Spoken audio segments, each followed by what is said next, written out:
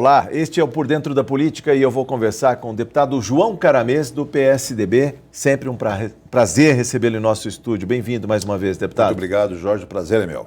Vamos falar de municípios de interesse turístico, a Frente Parlamentar dos Municípios de Interesse Turístico, projeto de lei complementar 32 de 2012, a PEC, a proposta de emenda à Constituição. A quantas anda, deputado?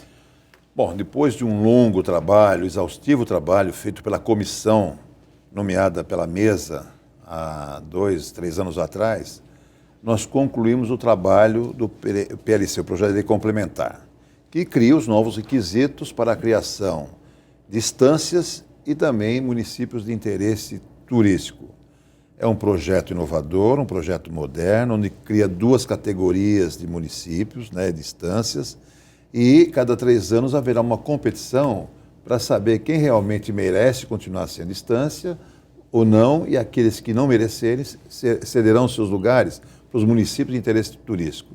Isso é uma coisa inovadora, Jorge, porque cria aquela competitividade e faz com que o gestor público invista o dinheiro que o governo disponibiliza especificamente no turismo, Sim, que é a maior fonte geradora de emprego do mundo. Esse projeto já foi discutido pelas comissões da CCJ e as comissões temáticas, está pronto para ser votado na ordem do dia. Sim. Basta apenas o presidente da Assembleia, juntamente com o Colégio de Líderes, pautarem esse projeto, que eu refuto assim de um projeto de uma magnitude tremenda. Por quê? Porque vai haver uma quebra de paradigma. É um projeto que trata de desenvolvimento. Estímulo. Criação e geração de emprego. Sim. Então, nós estamos aqui, aproveitar a oportunidade para fazer um apelo ao Colégio de Líderes, para que realmente possa pautar esse projeto, ser discutido e debatido em plenário. Para o nosso telespectador, deputado, qual é a diferença de uma instância turística e de um município de interesse turístico? É isso que está no projeto. Exatamente. A instância turística é aquela cidade, aquele município que já tem um fluxo consolidado. Então, nós temos 67 municípios com essa categoria. O projeto prevê o limite de 70. Então, mais 3 irão ocupar esse espaço para preencher os 70.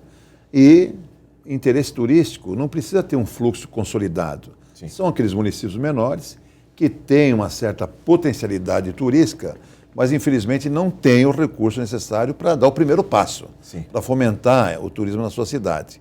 E esses municípios serão um total de 140, ou seja... 140 com interesse turístico? Interesse turístico. Sim. E mais 70 instâncias. E mais 70 instâncias. Jorge, é bom que se diga que o Estado de São Paulo é o único estado da federação que tem uma política pública voltada para o turismo, através do DAD, Departamento de Assistência e Desenvolvimento das Instâncias. O governo tem um dinheiro que disponibiliza no fundo para que seja distribuído entre essas cidades. Sim. Então, o orçamento prevê para 2014 300 milhões de reais para serem distribuídos entre as 67 instâncias. É importante falar dessa conta, se o recurso é pouco ou não, porque ele é o percentual do Caixa da Fazenda em relação ao que essas instâncias produziram de impostos em termos de arrecadação. Impostos próprios, Sim. Recursos. Então, veja bem, só para o telespectador ter uma ideia como é que funciona. O parâmetro, a referência para se chegar nesses 300 milhões é o cálculo que se faz em cima da somatória de todos os tributos próprios do município. Que são os tributos próprios? É o IPTU, ISS, ITBI e taxas. Sim. Então, 10% dessa somatória, o Estado calcula e pega do Tesouro e põe lá no fundo. Sim. Então, 300 milhões é o resultado de 10% de 3 bilhões de reais. Que é a somatória de impostos municipais. E que se baseia nos 2 anos anteriores. Sim. Então, em 2012, deu 3 bilhões, o governo calculou 10% e colocou no fundo 300 milhões de reais. Sim. E a distribuição desse recurso é feita da seguinte forma: 50% você distribui igualitariamente, ou seja, uma parcela igual para todos os municípios. E 50% você distribui proporcionalmente à arrecadação própria de cada cidade. Sim. Então, só para ter uma ideia, como isso aí é bom e é importante, nós temos municípios, não vou citar o nome aqui para não correr numa injustiça e falta de ética, mas nós temos municípios que são instância. Durante o ano de 2012, ele arrecadou, em recursos próprios, R$400 mil de impostos. 400 milhões? 400 mil reais. 400 mil reais apenas? 400 mil reais. Sabe quanto que ele vai receber do fundo para investir no seu município? 2.200.000. Está premiando uma cidade que vai fazer toda a diferença. Vai fazer muita diferença, muita diferença mesmo. Então a ideia é, a partir do momento que esse projeto for aprovado, o governo coloca mais 1% no fundo, ou seja, vai para 11%, e na hora de dividir, esse 1% vem acrescido de 1% de cada município que é instância. Sim. Certo? Então, 9% será distribuído entre as instâncias e 2% nos municípios no caso, de interesse turístico. De interesse turístico, certo. Ou seja, deputado, o que a gente pode falar em termos de municípios que hoje não estão nesse seleto grupo das 67 instâncias, mas merecia estar, deputado? Aliás, eu vou até mostrar as páginas nas redes sociais, o deputado tem corrido o estado de São Paulo e conhece muito bem a realidade desses municípios. Eu estou aqui até em tela, Brotas é o melhor exemplo, talvez, o mais bem consolidado em termos de turismo e que não estaria dentro desse grupo. Com certeza. O projeto de lei complementar 32/2012, Jorge, ele tem duas finalidades. Sim. Primeiro, preservar o programa. Sim. E para preservar o programa, é necessário que haja critérios, que não abra a porteira, porque é dinheiro do Tesouro que vem, é dinheiro que podia estar sendo investido em saúde, educação, está vindo para esse fundo. Não que seja um dinheiro jogado fora, muito pelo contrário. Ele porque gera renda e emprego. Sim. É, não é? E nos rincões, muitas vezes fora dos grandes centros. Exatamente. Então, o primeiro objetivo é preservar o programa, que o governo tenha condições de manter esse programa ad eterno. Sim. Segundo, o objetivo, fazer justiça. Justiça aos municípios que investem criteriosamente no turismo e que permaneçam como instância, e justiça àqueles municípios que poderiam estar no seleto grupo e não estão. Um exemplo seria Brotas, como você citou. Brotas, há 20 anos atrás, em 1993, era uma cidade pacata que vivia da laranja e da cana. Sim, laranja e cana. Laranja e cana. Ainda tem remanescentes da Mata Atlântica, estradas lindíssimas. Mas hoje é um município que vive exclusivamente da indústria turística. Sim. A arrecadação cresceu assustadoramente.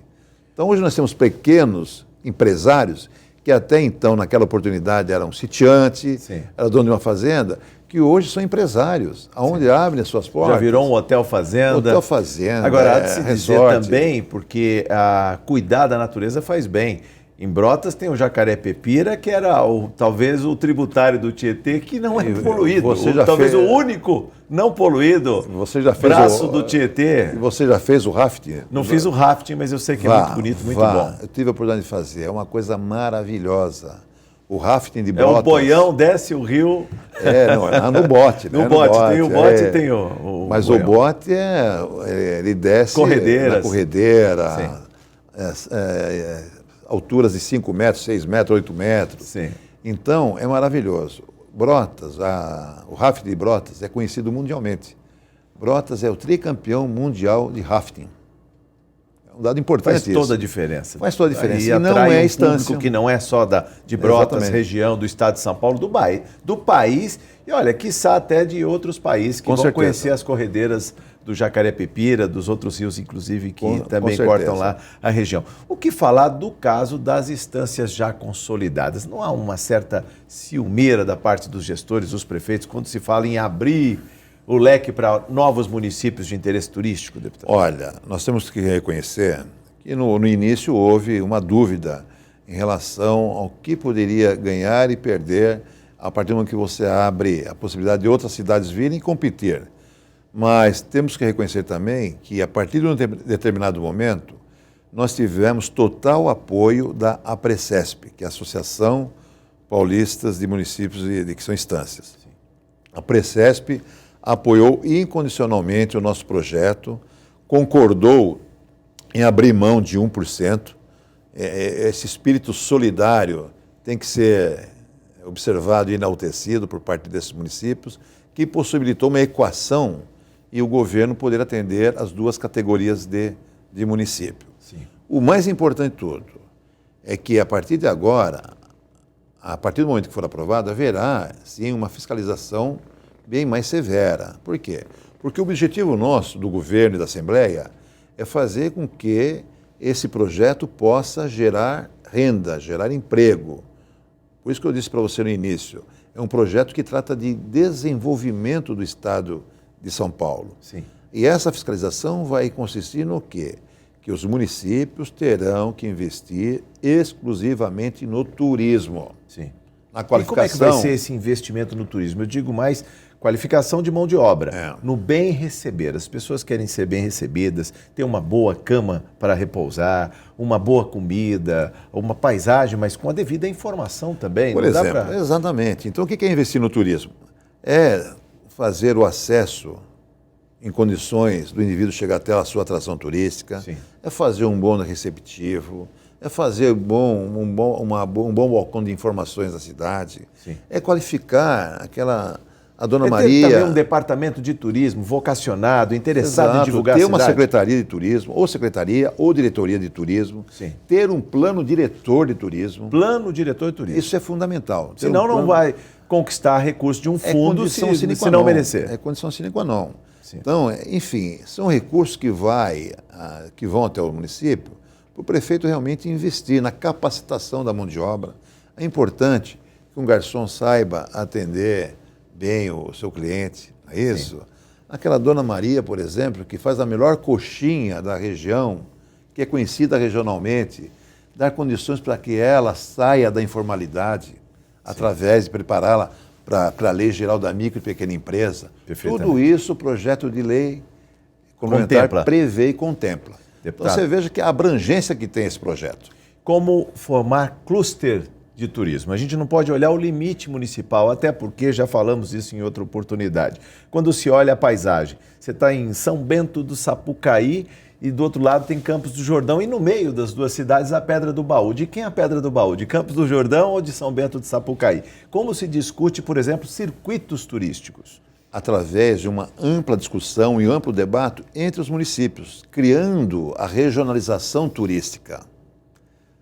Eu cito sempre Brotas, porque Brotas não é minha base eleitoral, não tive voto lá, mas é um exemplo que a gente tem que seguir, porque ela se preocupa eminentemente na situação turística. Sim.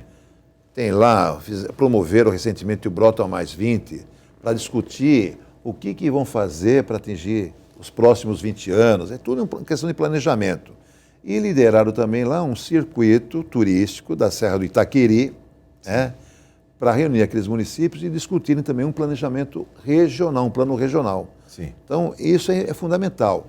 E é importante nessa regionalização, Jorge, que você não repita o mesmo atrativo. Sim, sim. É importante que discuta isso. Então, entre Sapucaí e Campos do Jordão tem a Pedra do Baú. Vamos supor que tivesse um outro atrativo mais ou menos parecido com isso. Precisaria definir nesse plano regional qual delas realmente estaria inserido no circuito turístico. E não ficar disputando o turista. Ou seja, vem para a minha cidade ou venha para essa. Venha para a região, conheça as cidades daquele circuito, é o que faz toda a diferença. Mas, deputado João Carabes, o senhor deve também ter ouvido o contrário de algumas cidades que são belas, estão muito bem estruturadas, mas não tem um atrativo turístico. A pessoa fala, não tem nada não, lá tem uma festa popular, uma cavalgada. Isso não se pode vender como turismo, deputado? Pode. O projeto também prevê tudo isso. Quer dizer, a partir do momento que o projeto for aprovado, acabam aquelas denominações estância balneária, climática, hidrominerais, etc. e tal. Todos passam a ser estância turística. Agora, cada um vai explorar o seu potencial, o seu perfil. Então, nós podemos ter lá a cidade que vai explorar o turismo rural, turismo de aventura, turismo de pesca, ecológico, religioso. Sim. Quer dizer, são 13 especificações que nós temos do projeto, e isso nós tiramos do Ministério do Turismo, onde ele classifica as modalidades de cidades que poderiam eventualmente ser turísticas. Descobriu o potencial, a vocação. Exatamente, ele descobriu a vocação, é começar a trabalhar em cima dessa vocação e procurar explorar da melhor maneira possível. Agora também... Religioso, né, também. Como fica a questão desse fundo, a operação de um fundo como esse? As receitas devem ser crescentes, as receitas municipais, as receitas do Estado.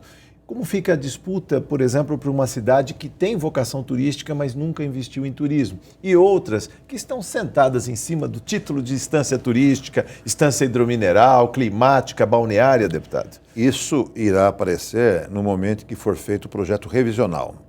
Mas aí é uma mudança da Constituição também, a criação, a questão do fundo, a partição desse fundo. Por isso que nós temos a proposta de emenda constitucional enviada pelo governador, que está aí também pronta para ser votada. Porque os 11% só é possível se a proposta de emenda constitucional for votada, porque é constitucional os 10%. Está na Constituição. Que se faça uma emenda. E o governador enviou para a Assembleia a proposta e está aí para ser votada também. Na exposição de motivos que acompanha a proposta de emenda à Constituição, o governador fala desse papel multiplicador do turismo e desses novos municípios que virão. Ele cita essa questão da ampliação do foco dos municípios de interesse turístico. Exatamente. Então, e tudo isso está previsto no projeto revisional, a cada 3 anos. O município que sentou em cima do recurso e não investiu, no momento em que o município responder um questionário que será elaborado pela Secretaria de Turismo, em conjunto com o Conselho Estadual do Turismo, etc. e tal, os municípios vão ter que apresentar as contas e sofrerão uma classificação, eles terão uma nota. Então, os 3 municípios piores classificados, que tiveram notas inferiores aos 3 melhores classificados de interesse turístico, alternam-se. Esses 3 passam a ser interesse turístico e aqueles 3 instância turística. Isso. Deputado, agora como fica também no caso das cidades pequenas, algumas inclusive elas têm parcerias com entidades, vamos pegar um hotel escola, já tem um serviço que aprimora a mão de obra, Secretaria Estadual também de Turismo, ela ajuda pelo menos a criação desses planos, digamos, planos diretores de turismo, porque tem prefeito que não entende nada de turismo. Para ele, pegar o turismo é ir para um avião, pegar uma van, ir para algum lugar, ele não sabe como fazer, como receber. Deputado. Exatamente. A gente sente a dificuldade que alguns municípios têm até de ter um recurso para fazer o seu plano diretor. Então, existe uma tratativa com o governador do Estado para que, num primeiro momento, possa utilizar uma parte desse recurso para destinar a esses municípios que eles possam fazer seu plano diretor. Obviamente que existem várias empresas aí qualificadas, sabe, um comércio. Que literalmente venderiam esses planos já prontos. Mas nós temos aí instituições seríssimas que fazem esse plano diretor, sabe, dentro de um parâmetro acessível a esses municípios. Nós temos conhecimento disso.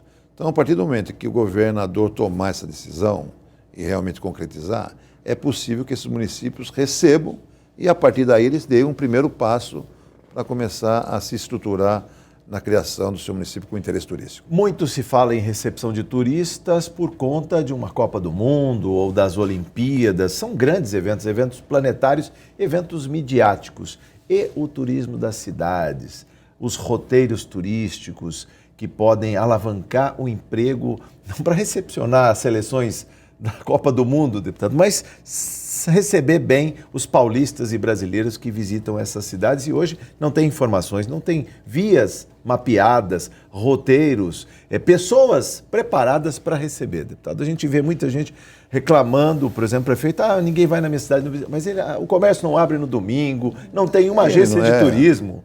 Não tem uma agência de turismo, não tem uma pessoa para indicar um lugar bacana para se ir, para se passar o dia na cidade. Jorge, infelizmente, isso é um problema que nós vivemos no Brasil todo. O Brasil não fez uma opção para investir no turismo. O Brasil não conhece o Brasil, deputado. O Brasil não conhece o Brasil, exatamente. É isso aí. O Brasil não conhece o Brasil. As pessoas pegam filas para ir nos feriados prolongados para Santos e esquecem que existem praias maravilhosas lá nas barrancas do Paraná, nas divisas. Exatamente. Presidente Então, Epitácio, não conhecem outras paisagens. Pois é, então infelizmente o Brasil não fez essa opção. Veja bem, você tem um país como o Brasil, em 2013, receber apenas 6 milhões de turistas. 5 milhões é menos do que a Torre Eiffel em Paris. A Torre Eiffel recebe esse número de pessoas para ser visitada. E nós recebemos essa quantidade em 2013. A grande parte desses turistas, ou seja, 30%, eles vieram para São Paulo. Sim. 20% foram para o Rio e os outros 50% distribuídos nas demais regiões do estado. E aqui é turismo de negócios. Né? Exatamente. Só que 70% das pessoas que querem fazer negócio procuram uma outra atividade. Vida noturna, sim, gastronomia, lazer. Né? Tudo é turismo. Então, exatamente. Então, São Paulo está no caminho certo. O governo de São Paulo é diferente do governo federal. Ele fez a opção. Se o governo do estado de São Paulo, Geraldo Alckmin, não tivesse feito essa opção, não teria enviado para a Assembleia a proposta de emenda constitucional. Sim. Não teria prestigiado a Assembleia no momento que a Assembleia nomeou um grupo de trabalho para elaborar o projeto de lei complementar. Podia ter puxado para ele. Sim. É ou não é? Sim, mas, no entanto, prestigiou a Assembleia, apoiou e hoje nós temos os dois instrumentos a serem votados. Então, a partir do momento que tudo isso for consolidado, será possível fazer um trabalho nesse sentido, para que cada região tenha um roteiro e a gente comece a divulgar essas pessoas que vêm aqui em feiras fazer negócio e possam, de noite, dar um pulo em qualquer outro lugar para fazer um passeio, sim, ou no final de semana que ele esteja na cidade. Para ficar um dia a mais. Eu acredito muito nisso aqui, viu? Deputado, eu queria falar também nesses minutos finais, 3 minutos que nos restam, de obras de infraestrutura na sua região, Itapevi, a sub-região oeste da Grande São Paulo. Eu tenho até imagens aqui da rede social, mas eu queria, inclusive, conversar com o senhor sobre a extensão da CPTM até Amador Bueno. Uma reivindicação antiga também da população da região de Itapevi, né? Exato. É bom que se diga que essa extensão só foi possível graças à sensibilidade do nosso governador em atender um pedido nosso. Mas quando houve a remodelação da FEPASA para a CPTM, o fluxo, os trens iam até Amador Bueno, mas a demanda de Amador Bueno para Itapevi era muito pequena, diminuta, muito pequena mesmo. Então fizeram naquela oportunidade a opção dos trens chegarem até Itapevi. Então foi feita a modernização, a revitalização, parte elétrica, sinalização, etc. e tal. E de Itapevi a Amador Bueno continuou sendo aquela bitola métrica. Sim. Para atender o quê? Para atender o trem de carga, que é compartilhado com a nossa via, inclusive. Por isso que nós temos na outra via moderna o terceiro trilho, que é justamente para poder dar a possibilidade, a oportunidade do trem de carga poder transitar. Então aquele trecho de 6 quilômetros e 300 metros ficou em stand-by, ficou para um outro momento. Sim. Só que Itapevi é uma cidade que está crescendo assustadoramente, até por conta do Rodoanel, Castelo Branco, e aquela região é justamente a região que mais cresce. É onde a cidade tem para crescer. Estou vendo o trem já cheio aqui. O senhor está com o governador na página aqui, deputado, exatamente, na entrega desse trecho, as estações Amador Bueno e Santa Rita. Isso. E para encerrar nossa conversa nesse minuto final, outras estações vão ser entregues também. É Ambuitá, que num determinado momento, até no pedido da prefeitura, ela ficou paralisada. Sim. E Simenrita. Simenrita, justamente no local onde nós vamos ter ali grandes polos industriais. Sim. E próxima estação vamos ter a futura ETEC, Escola Técnica do Centro Paula Souza. Isso vai fazer toda a diferença para a região que está crescendo a olhos vistos e que precisa dessa obra de infraestrutura. Não é? E principalmente para Itapevi, Jorge, porque infelizmente Itapevi é a única cidade da região que ainda não tem uma escola técnica. Não porque o governador não quis, não, por falta de oportunidade, por falta de parceria com o governo municipal. Hoje nós temos um prefeito lá que é aberto, tem uma outra visão. Sim. E realmente estabeleceu essa parceria com o governo e outras coisas estão saindo lá. Escola Técnica e FATEC é assunto para um outro programa como esse. Muito obrigado por sua entrevista, deputado. Volte sempre. Muito obrigado. Esse é o deputado João Caramês, do PSDB. Você ficou por dentro da política. Muito obrigado por sua audiência.